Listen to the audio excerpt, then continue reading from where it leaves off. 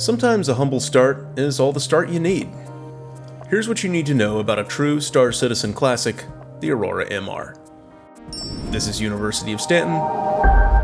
Class is in session. Is the Aurora MR good? The short answer is no, but also sort of. If you're already starting the game with this ship, you're in good hands. You'll just eventually want to replace it as you acquire the means.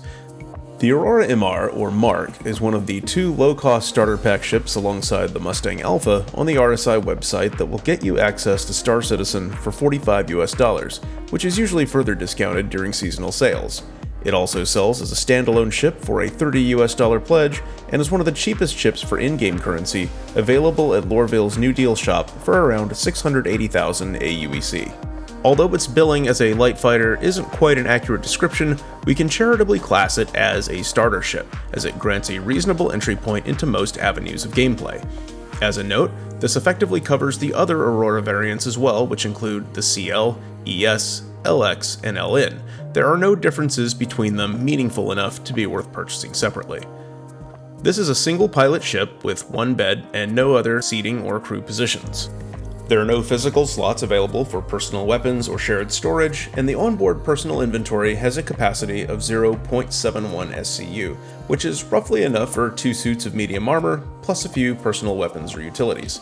This may change later with the addition of the personal hangar. The ship can be boarded through identical doors on either side, just between the pilot's seat and the bed compartment. It can transport extremely small cargo loads on a 3 SCU cargo grid, accessible on the exterior underside. This can be loaded and unloaded by interacting with a commodity terminal or by using a hand tractor tool. The cockpit view is cozy and a shade or two short of practical. The pilot has access to 2 large and 4 smaller multifunction displays and a segmented canopy that, while it offers some visibility beneath, suffers from considerable obstruction. The multifunction displays will also suffer from readability issues if you play at a higher field of view and require you to put anything you need to read on the 2 large ones. Stock equipment is rarely optimal, and what's optimal can change one game version to the next, so check below in the description for a link to join our community on Discord, where other players can help keep you up to date on the latest. For components, the Aurora MR has 1 size 1 power plant, 2 size 1 coolers, 2 size 1 shields, and a size 1 quantum drive. At this time, the ship is not in gold standard, and so components are not accessible through maintenance panels. Its weapon hardpoints include 4 size 1 gun mounts. 2 of them, under the cockpit, are stock-loaded with CF117 Bulldog laser repeaters on gimbals, but the other 2 on the wingtips are empty, so I recommend either fitting them with additional Bulldog repeaters, or ideally, getting a completely new set of Omnisky 3 laser cannons, available at these locations. There is a single size 2 missile mount, allowing for up to 2 size 1 missiles or a single size 2 missile.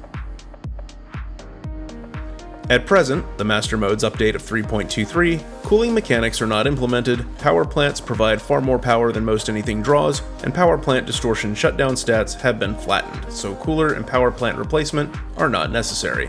All size 1 shields currently provide the maximum hit points of 1500 each unboosted, so there's no need to upgrade those either.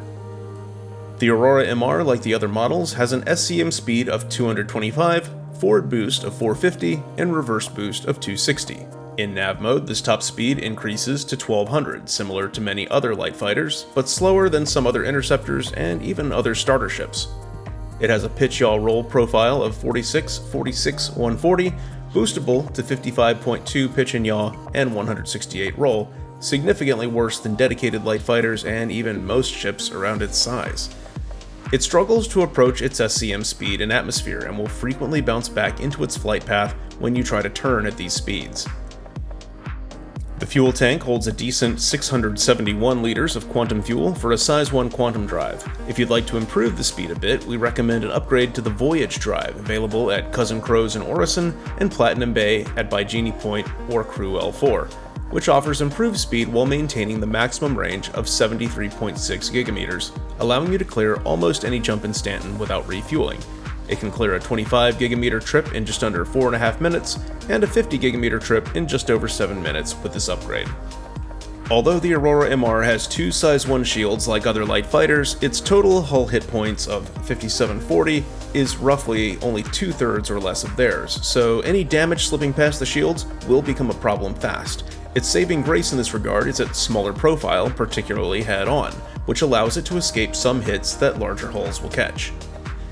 One of our specialists in flight and combat geometry, the Banu Merchant, has this to say about using this ship to its best. The Aurora is a decent little ship that offers some interesting options when fighting slightly more nimble ships like the Titan.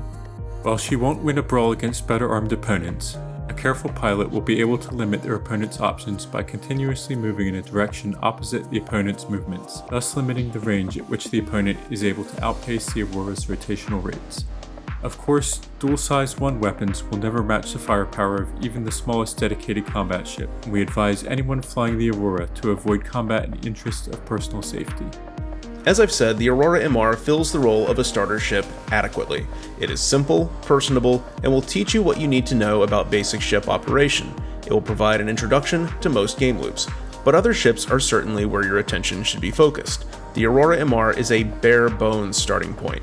Its billing as a light fighter is misrepresentative at best. It is not a ship to be chosen for any fight beyond entry-level VLRT bounties, and is not even in the running as an ideal daily driver for getting around when other faster, better handling ships are out there. Unless this is your starter ship already, there's no reason to own it. If you're looking to purchase your first starter pack, the Aurora MR will get you out of the gate at a low price, but it's worth stepping up to the Avenger Titan starter pack. If you found this helpful, please consider liking and sharing this video and letting me know in the comments below.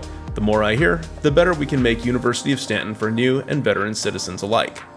All new players are welcome to come learn with us as they take their first steps in the verse. Find the link to our Discord in the description below, and if you're thinking of joining Star Citizen, don't forget to use our referral code for an extra 5,000 credits. Thanks for watching. Class dismissed.